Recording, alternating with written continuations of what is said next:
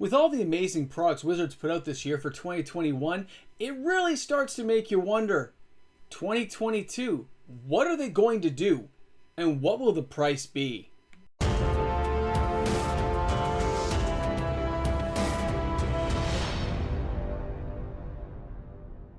Hey guys, welcome back. MTG Moxman here. If you're new to my channel, you're somehow finding me out there in the cyber universe of YouTube, thanks a lot for checking out my channel today. Smash that subscribe button, join in the fun, it's free to do, and I'm here each and every day looking forward to talking to you guys. Let's rock it out. So it's funny, I was opening up my Modern Horizons 2 collector box. 508. I was so excited, guys, and scared at the same time. You're like, what happens if I get a dud box? What happens if it's horrible? What happens if it blows my mind and it's super awesome? It was all going through my mind. That video is probably actually up today at some point when you guys are there. I looked at that and I was so excited. Now I'm excited. I'm pumped up. This is going to be awesome. But then my mind starts getting evil thoughts. And I go, you know, if Wizards gives us this year, if we go back and look at the products they gave us, you can almost kind of tell what the prices are going to be, right? So, if you look here at Modern Horizons, all right? I didn't order this. I skipped it. I thought it was too much at the time, and I was like, no, I'm not paying for some product like that. I can buy a regular box. But Wizards has an agenda, guys. They have to push that price forward. They've got to make money. They've got lots of reprint equity and old cards they can use to make cash. And when I saw this had Noble Hierarch, blew my mind. Tarmogoyf, oh my goodness. But I didn't buy it. It was too late. Where I was here in Toronto, there doesn't seem to be a lot of it around. And by the time I kind of had money, it was already like $400. It was crazy. So it disappeared. I didn't think anything of it. Now, when other sets came out, Iconic Masters 2017, you can see one or two in the background here. I bought a little bit of it. I was excited again. Good stuff. Fetch lands, remember? Fetch lands. It was awesome. Awesome. So I was kind of back on the train. And those were $249 still to like $280, I think, is the most I paid. I think my Iconic, I paid $160 from 401 Games because it was tanking so bad at the time. There's no great cards. All the pulls were bad. You know, Wizards can make a good product and sometimes they mess up and it's a bad product, right? But they keep making us products.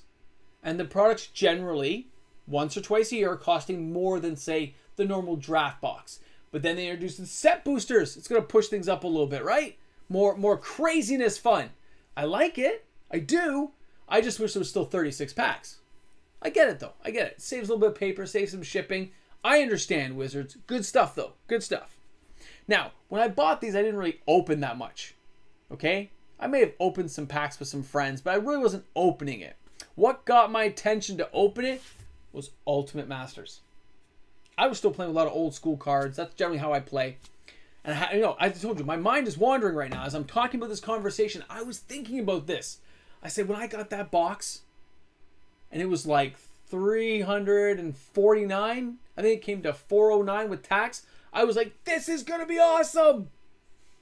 There was a box topper card for the first time ever. Blew my mind. I remember getting Gadok Teague, the Teague guy, the Kithkin guy. I was so excited. He was a good card. His price fell. But I got Karn, Liliana. There was good stuff. It was a great set. I didn't really open the other ones. So I didn't know if they were good or bad. I knew this was good. And I bought 3 boxes of this. I was so excited. I had a great time. Wizards it's a great product. It was a good product. But as we just talked about, Wizards has got to push things forward. They have to keep things moving. I mean, this year we got Dungeons and Dragons coming, right? It's going to come out like a week from now. We're going to see all the spoilers. I'm so excited. I can't tell you how excited I am. Amazing. But when I look at this, they gave me Double Masters. Just a little over a year ago, right? Double Masters. And I was excited because of how awesome Ultimate Masters was. So I went ahead and I snagged it. I jumped in there and said, this is awesome. And I dove right in. But let's be honest. Not every box is a good box. And I got hosed. It was a horrible box and I lost a lot of money. These boxes were $450 a box. It was bad. It was bad. Didn't do well. $449, I think, right? Came with tax. I was not happy. They were $399, I think, plus tax, right? Very, very sad. Unhappy Moxman. But then, of course, don't forget, they had the VIP packs. These were like premium. Single, big, fat booster packs with awesomeness inside. So, you know what? I bought a case of those, gave one away here on the channel for fun, and we had a blast. And I didn't get anything great or bad. It was okay. I don't think I got my value out of it. And Double Masters, the box, really put me off. So I said, I'm never buying a product like this again. I can just buy the singles. That's what I said. But then, guess what happened? Wizards, in its ultimate, amazing wisdom of smartness, intelligence, and marketing, gave us Modern Horizons 2. As soon as I saw this announced, I was excited. Because Modern Horizons I loved it. I love getting Urza and Sarah. I love seeing the old cards, the nostalgic history and lore added in. It really grabs me. So I dove right in. I said, this is going to be awesome. I just know it. They can't let it fail. It's their premium product for the year. And wow, was I right so far? I mean, for the most part, these are really good openings. I've seen a lot of people get really excited. I haven't seen like horrible boxes of any of this yet. So it's awesome. Very, very cool. But then that leads me to believe, if I know all these prices and I can see and measure how much they are when they're coming out, that you can basically almost predict the next price. Did you know that? Like, I thought about this and I joked around with it. I worked out some math.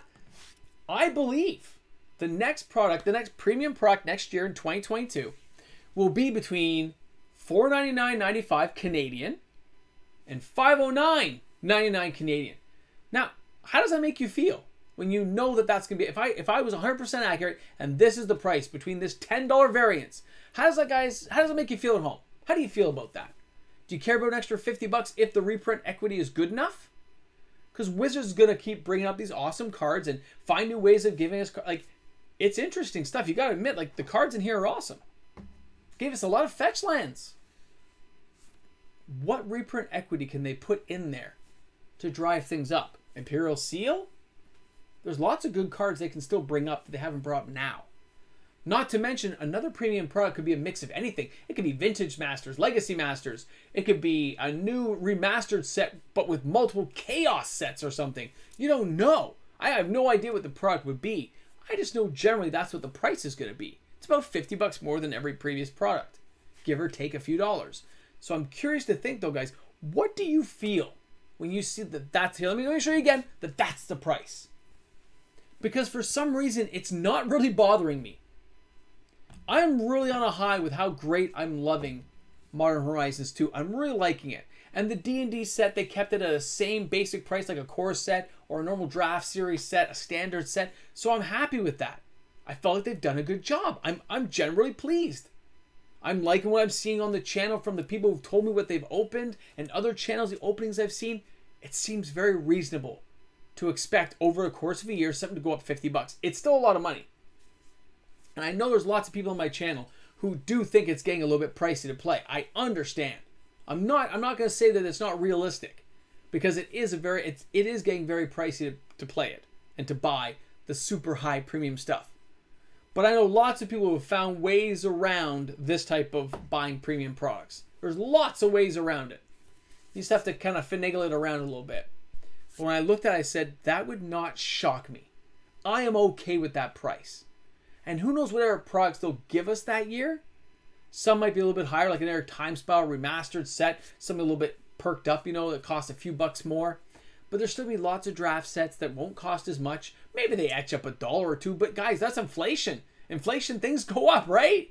But we still get Wizards creating us these awesome products we'll get to play. And I'm just already, after seeing this cool product and opening it and having a blast with it, I'm so excited for D&D. We got the Innistrad set still coming out, the Vampires and Werewolves. I can't wait to see what these sets are like. Wizards is really hitting it well. They're really hitting well. They're batting well over 500. I'm really impressed. Wizards, keep up the good work. Please keep an eye on the prices. And if that price I just gave you guys is right, man, I can probably predict the following year too. Guys, this is MTG Moxman. I'm looking forward to seeing you all tomorrow. Have a great day today. Leave those questions and comments in the comments section below. How does it make you feel seeing a price like that? Does it bother you? Are you cool with it? Did you get some good stuff? I'm curious. All right, guys, have a great one. I'll see you tomorrow. Hey guys, big shout out to all my patrons out there. I hope you guys are having a wonderful day. Patrons make the world go round, and welcome aboard to all my new patrons out there. For those who asked, yes, when the patron slots are gone, I kind of freeze it up for a while, and then we'll discuss it, all right? Have a great one, patrons. We got cake videos all week long. You know that, right? We got stuff happening Wednesday, Thursday, Friday. Live stream cake on Sunday. I don't think it'll be ice cream cake. I don't think my wife will go for it. But that's okay. We're going to work around it. Cake, baby. I'll see you guys then.